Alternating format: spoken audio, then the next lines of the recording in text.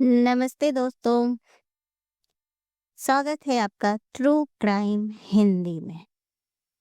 दोस्तों, आप एक बार सोचिए कि आपने अपना पैसा बैंक में जमा किया और आपको पता चले कि जिस बैंक में अपने जिंदगी की कमाई जमा की है, उस बैंक के अंदर से हजारों करोड़ रुपए चुपचाप गायब हो चुके हैं, बिना ताला टूटे, बिना अलार्म बजे, बिना किसी हथियार के।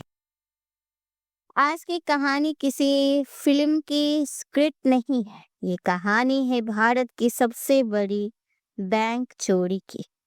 एक ऐसी चोरी जिसने पूरे देश की बैंकिंग व्यवस्था पर सवाल खड़ा कर दिया। यह कहानी है, साल था 2018, पंजाब नेशनल बैंक स्कैम की, जब अचानक देश ने पूरे सबसे दूसरे बड़े सरकारी बैंक पंजाब नेशनल बैंक में यह कबूल किया कि उसके साथ 13,000 करोड़ से ज्यादा का घोटाला हो चुका है। लेकिन असली सवाल यह नहीं था कि पैसा कितना गया। असली सवाल यह था कि इतना बड़ा घोटाला सालों तक छुपा कैसे रहा। यह कहानी के केंद्र में था एक ऐसा नाम जो कभी लग्जरी, हीरे और रईसी का प्रतीक माना जाता था, नीरद मोदी। देश विदेश में फैले शोरूम, अरबों की संपत्ति और दुनिया के सबसे महंगे हीरो का कारोबार। लेकिन इसी चमक दमक के पीछे चल रहा था भारत की बैंकिंग हिस्ट्री का सबसे खतरनाक खेल। यह कोई एक दिन में हुई चोरी नहीं थी, यह कोई अचानक बना प्लान नहीं था। यह घोटाला साल 2011 से 2017 तक धीरे धीरे, खामोशी से और बहुत ही चालाकी से किया गया। ऐसे दस्तावेजों के जरिए जिन्हें आम आदमी समझ ही नहीं सकता, ऐसे सिस्टम के जरिए जिस पर देश आंख बंद करके भरोसा करता था। जब यह मामला सामने आया तो सिर्फ पीएनबी ही नहीं हिला, पूरी भारतीय बैंकिंग व्यवस्था कांप गई। आरबीआई, सीबीआई, ईडी सभी एजेंसियों हरकत में आई और तब खुलने लगे एक एक करके चौंकाने वाले राज।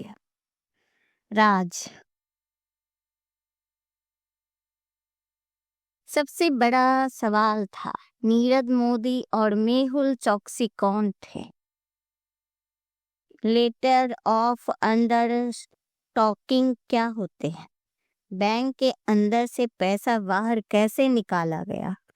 और सबसे बड़ा सवाल, क्या इतने बड़े घोटाले में सिर्फ वही दो लोग थे? यह कहानी है लालच की, सिस्टम की कमजोरियों की और उस भरोसे की जो करोड़ों लोगों ने अपने बैंक पर किया था। तो वीडियो को अंत तक देखिए, क्योंकि यह कहानी सिर्फ एक घोटाले की नहीं बल्कि उस सच्चाई के जो आपको सोचने पर मजबूर कर देगी। यह मामला पंजाब नेशनल बैंक के साथ हुआ एक बड़े बैंकिंग फ्रॉड का है, जिसे करीब 13,500 करोड़ से ज्यादा का घोटाला हुआ। घोटाला कब और कहां हुआ? यह घोटाला 2011 से 2017 के बीच धीरे धीरे हुआ। मुंबई की पीएनबी की बड़ादी हाउस ब्रांच से घोटाला सामने आया। मुख्य आरोपी कौन थे? नीरद मोदी, एक हीरा व्यापारी और कारोबारी। मेहुल चोकसी, गीतांजलि जेम्स का मालिक और नीरद मोदी ने अंकेल चाचा। वे दोनों व्यापारियों से मिलकर पीएनबी बैंक का बड़ा धोखा दिया। नीरज मोदी और मेहुल चोकसी की कंपनियों ने बैंक से लोन लेने के लिए लेटर ऑफ अंडरटेकिंग LOU बनवाए। LOU का मतलब है बैंक की तरफ से एक ऑफिशियल गारंटी की विदेश में बैंक को पैसा मिलेगा जिस पर कोलेटरल सुरक्षा नहीं दिया जाता। पीएनबी के कुछ अधिकारियों ने इस फ्रॉड एलओयूएस को बिना प्रॉपर कोलेटरल रिकॉर्ड किए जारी कर दिया। ये एलओयू सीधे बैंक के मुख्य record system core banking system से दर्ज नहीं थे, इसीलिए ईयर्स तक पकड़ा नहीं गया। कई ईयर्स तक कितना पैसा लिया गया और कैसे, गोल अलग एलओयूएस के जरिए पता 13,500 करोड़ तक का लोन लिया गया। यह पैसा बाहर के विदेशों के बैंक से प्राप्त किया गया और फिर कई कंपनियों के जरिए घुमाया गया। इसको ये सभी लेन देन सिस्टम लूप होल्स का उपयोग करने के लिए किए गए और यह घोटाला लंबे समय तक छिपा रहा। घोटाला कब सामने आया?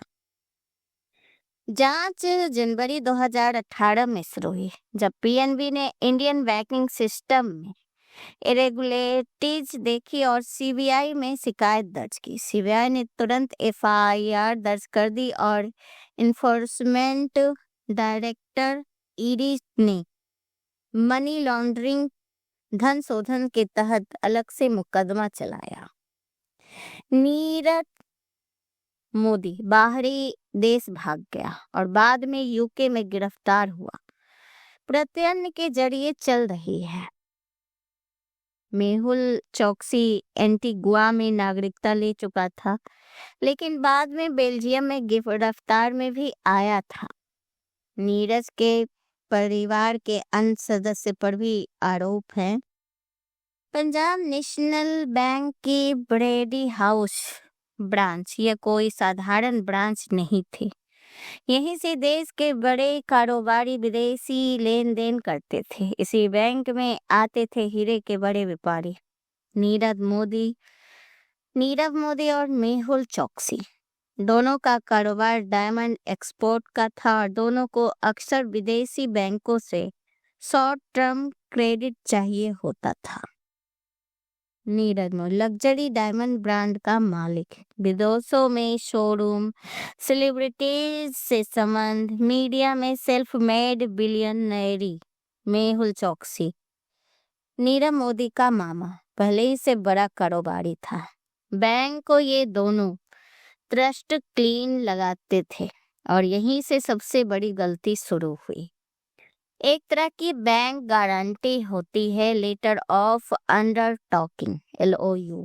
मतलब भारत बैंक कहता है अगर मेरे ग्राहक पैसा नहीं देगा तो मैं दूंगा। इसके आधार पर विदेशी बैंक लोन दे देते हैं। नियम के अनुसार एलओयू को कोर बैंकिंग सिस्टम में दर्ज करना जरूरी था। पेपर अप्रूवल और कोलेटरल जरूरी था, लेकिन यहाँ कोई नियम नहीं था। सारे नियम तोड़ा गया। पीएनबी ब्रेडी हाउस ब्रांच के कुछ बैंक अधिकारियों ने एलओयू जारी किया, लेकिन उन्हीं बैंकिंग सिस्टम में दर्ज नहीं किया, कोई कोलेटरल नहीं लिया। यह सब 2011 से 2017 तक लगातार चलता रहा। हर पुरानी एलओयू को नए एलओयू से कवर किया जाता रहा। पुराने कर्ज को नए कर्ज से छुपाया जाता रहा। विदेश के बैंक हैंग कॉन्ग, दुबई आदि ने पैसा दिया। यह पैसा नीरव मोदी और मेहुल चौकसी की कंपनियों को गया। कंपनियों के जरिए पैसा घुमाया गया। कुल रकम 13,500 करोड़। यह चोरी ना तिजोरी से हुई ना एटीएम से, बल्कि कागज और सिस्टम से हुई। जनवरी 2018 में पीएनबी की उसी ब्रांच में नई अधिकारी आए। नीरव मोदी की कंपनी ने फिर से एलओयू मांगा। इस पर अधिकारियों ने रिकॉर्ड चेक किया। सिस्टम में कोई पुराना एलओयू नहीं मिला। तभी सच्चाई सामने आई। बैंक को समझ आ गया कि हर सालों से अंधेरे में थे। सभी भाग सीबीआई में एफआईआर दर्ज की। ईडी ने मनी लॉन्ड्रिंग केस चलाया। बैंक अधिकारियों की भूमिका सामने आई, लेकिन तब तक नीरव मोदी भारत छोड़ चुका था। मेहुल चौकसी भी देश से बाहर था।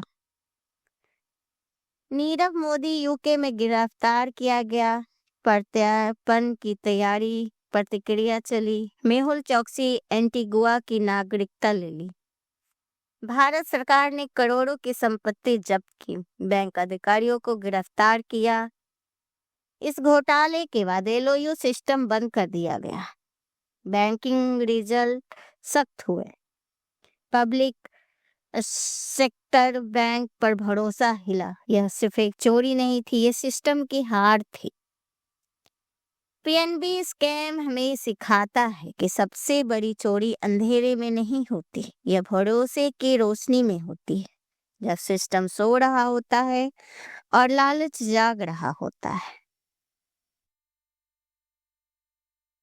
19 मार्च 2019 को नीरव मोदी को लंदन यूके में हिरासत में लिया गया था। यह वहीं से अदालत में पेश होते रहे। अभी वह यूके की जेल में ही बंद है और वहां से भारत प्रत्यार्पित किए जाने की प्रक्रिया जारी है। अभी तक उसे भारत नहीं लाया गया है। अभी तक भारत में ट्रायल के लिए वापस नहीं भेजा गया। यूके कोर्ट ने कहा कि भारत उसे ले जा सकता है, लेकिन नीरव मोदी कई कानूनी अपील कर रहा है, जिससे वो पूरा प्रोसेस लंबा चल रहा है। अदालत में सुनवाई होती रहती है। अगर चाहे तो मैं आपको इस बारे में बस इतना ही जानकारी दे सकती हूँ। आपको ये वीडियो कैसा लगा हमें ज़रूर बताइएगा। अगर आपको ये पसंद आ रहा है तो प्लीज़ हमें सब्सक्राइब कीजिए, लाइक कीजिए और अपने दोस्तों के साथ शेयर कीजिए। नमस्कार।